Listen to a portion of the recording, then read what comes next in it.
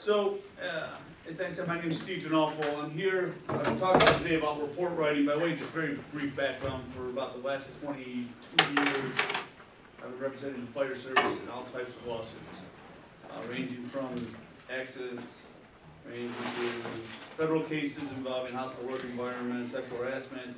So a lot of my practice focuses on paramedic malpractice. So what I'm going to approach today is it's just I got this report across my desk as part of a potential lawsuit. And we're going to go through the reports, and we're going to talk about what I would come in and ask you guys, the concerns I would have, and some of the less than pleasant questions you may have to answer, not only to me, but in a deposition. So a couple things.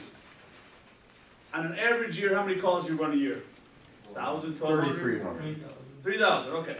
So figure it's 1,000 a shift for easy math for me. Odds are you're going to run a lot of cases that in your mind all blur together. I'm guaranteeing you if I were to ask you about it a call maybe 8 months ago, you're not going to remember it. What you need to understand is that a lawsuit, from the date you provide service, they have 2 years from that date to file it. Then probably after that 2-year period, it's going to be another 6 to 8 months before you give your deposition.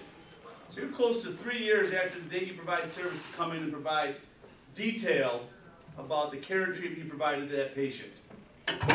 Odds are you're not going to remember the call unless it's out of the ordinary, and even if you do have some recollection of the call, it's not going to be in any great detail. Only thing you're going to have is your report. And your report says a lot about you as a paramedic. Why? Because generally speaking, people like paramedics. People like people in the fire service. And you see it every day, right? People wave when you guys go by. When the police go by, they get a little different wave, right? So you walk into a courtroom with a certain level of expectation amongst the jurors that are going to be judging you.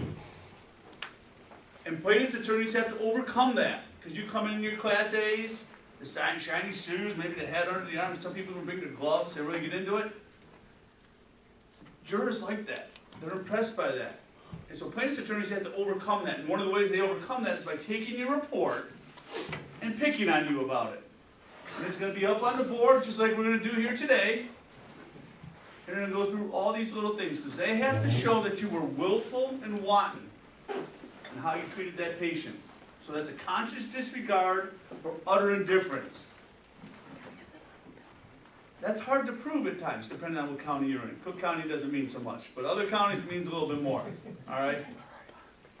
But one of the ways they do that is by taking the very thing that you wrote, the thing that's supposed to be part of the medical record. You understand it's important. You know you're required to fill it out. All these sort of things they'll take you through, and they'll pick at you about your report in a way to take you off that pedestal and to bring you down.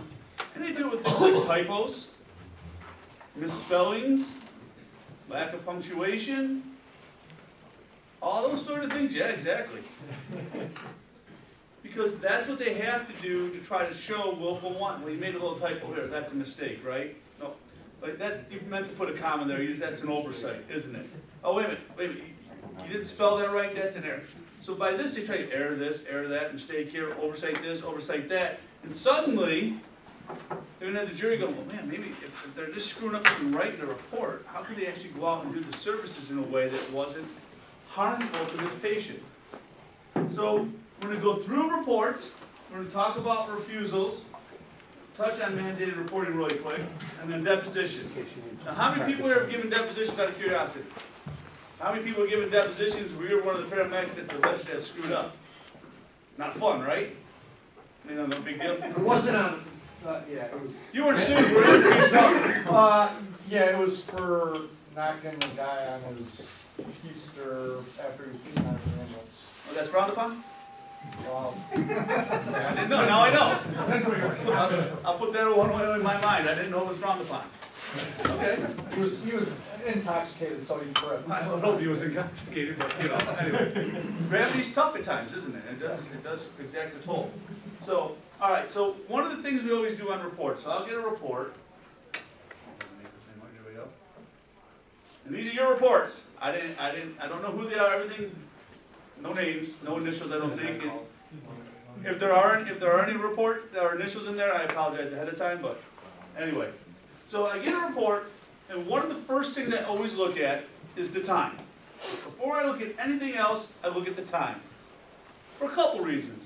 One is I want to know how long I have to defend you for. How long were you with this patient? The second is what?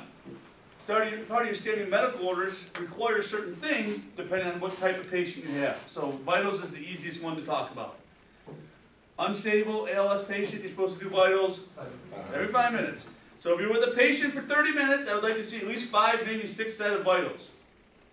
All right? So those are the things I look at, because one of the things they're going to use to bang you over your head saying you did things wrong in your standing medical orders. Because your question is going to be either you followed them or you didn't follow them. If you didn't follow them, there's case law out there that says failure to follow your own procedures can constitute willful and wanton conduct. You guys know your standing medical orders. The problem you run into is 2 or 3 things. One is you get in a routine. You could call it lazy, I call it routine. It sounds a little nicer. A routine. I always hear this in the fire service. Why'd you do it that way? Because we've always done it that way. The second thing is, you sometimes are in the middle of the night, or you've had a long day, and you're grumpy, you're cranky, you're human, and you don't take your time, because you think it's just another one of those calls. The third reason is what? Because you don't pay attention to what you're doing at the time you're doing it. By that I mean, I understand you're not looking at your watch when you push a bed. I understand that there may be a clock in the back of the ambulance, but you don't necessarily pay attention, or at least jot down on your notes what you did and when you did it.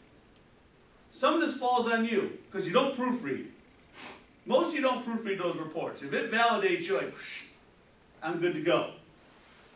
But, you know, I see often that you have a drug-pushed IV before an IV started. Happens all the time. Why does that happen? Because you don't proofread it. In addition, we have situations where one partner writes it, the other one's out cleaning the ambulance and restocking it, and they don't proofread it. Well, guess what? You have an obligation to read that. Whether you exercise that obligation or not is up to you. Because you got to live with that report. If your partner's writing that report and you don't look at it, and it gets submitted and it becomes part of the system, that's yours. Because when push comes to shove, you got one or two options. One, you live with it and get beat up in the deposition just like your partner's going to, or you turn on your partner and say, oh no, the report's all screwed up. Those are the 2 options. Neither one's fun. Let's talk about the EMS report writing system itself. It is not designed to protect you. That system that any hospital has is basically for 2 reasons. One, so they have some record to document what you did, but more importantly to them, it's about collecting statistics. They can sit there and know the type of calls they get in, the type of services are provided, and that goes all into the funding they can seek from the government. It's not designed to protect you.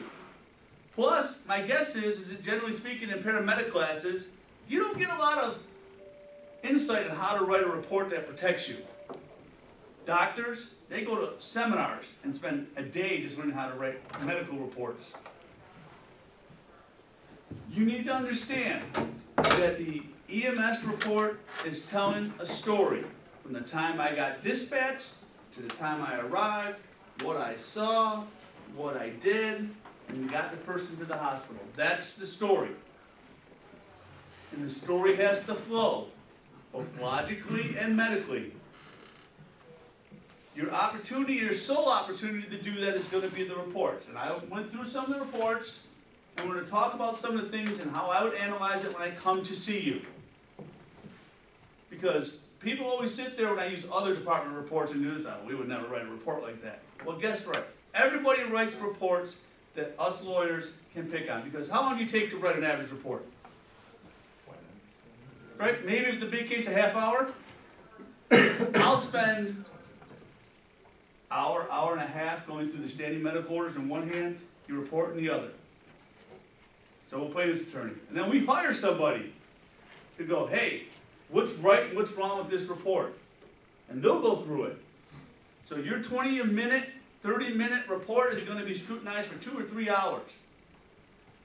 And just so you understand, when you give your deposition, they have in state court up to 3 hours to ask you questions about a call that maybe lasted 45 minutes to an hour. And then I ask you every little nitpicking question. So the worst thing to do is to be sitting there on your heels dealing with stuff you don't have to deal with. And what do I mean by that? Spelling. Spell check. And just because the spell check works, doesn't mean it's right. Proofread it. All spell check says is every word you got in there spelled correctly. It doesn't mean it makes sense when you read it. So take your time and spell check, because I don't want to waste 20 minutes of a deposition about why you spelled medication wrong, or why you spelled some other simple word that you use every day in your vocabulary, most of you, incorrectly. All right? And this is English. So we want to use capitals to start the sentence, and then there's this thing called lowercase letters. Okay? And I know. Gotta make a statement. And the funny part is this is a true story. I had, 10, 15 years ago, capitals just meant somebody was too lazy to hit the unlock thing and make it right. Now people are like, well, why is he shouting? He's shouting. Capital letters mean you're shouting now. And I actually had somebody ask me, a young attorney, why is he shouting when he's writing his narrative? He's not shouting, he's just too lazy to hit the shift key or whatever. All right? Oh, I'm shouting. You're shouting, you got a lot to say.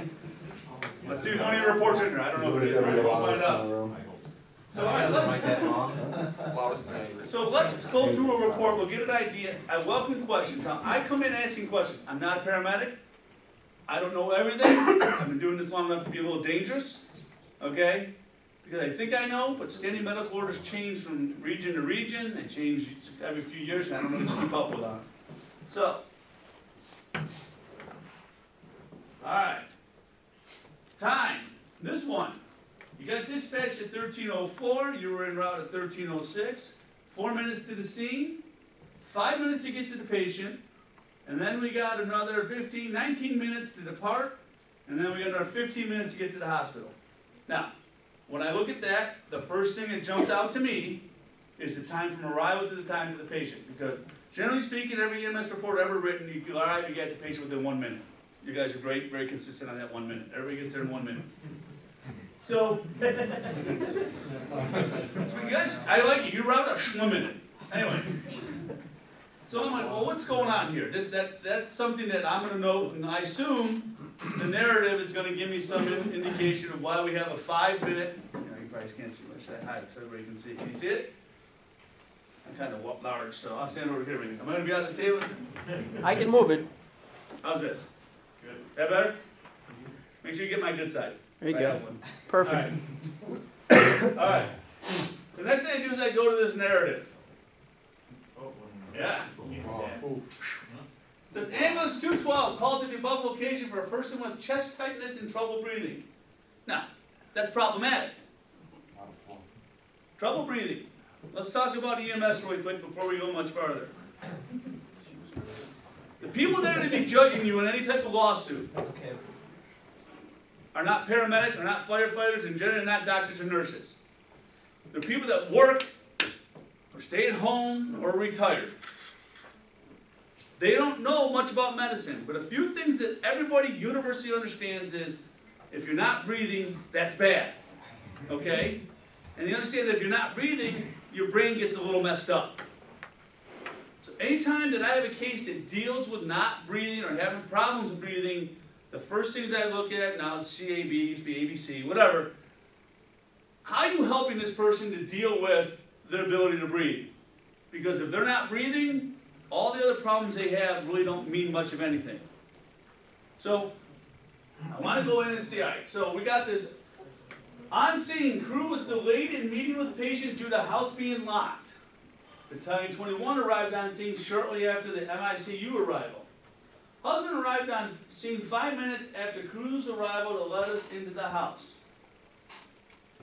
So let me ask this question. The husband hadn't showed up. What are you doing? Why'd you wait 5 minutes to break down a door that was having chest tightness and trouble breathing? Did you know the Yeah, husband was on the way? They asked us over dispatch not to, because the husband was on the way, so that we should have wrote that down, that the husband made us not, asked us not to do it. Okay?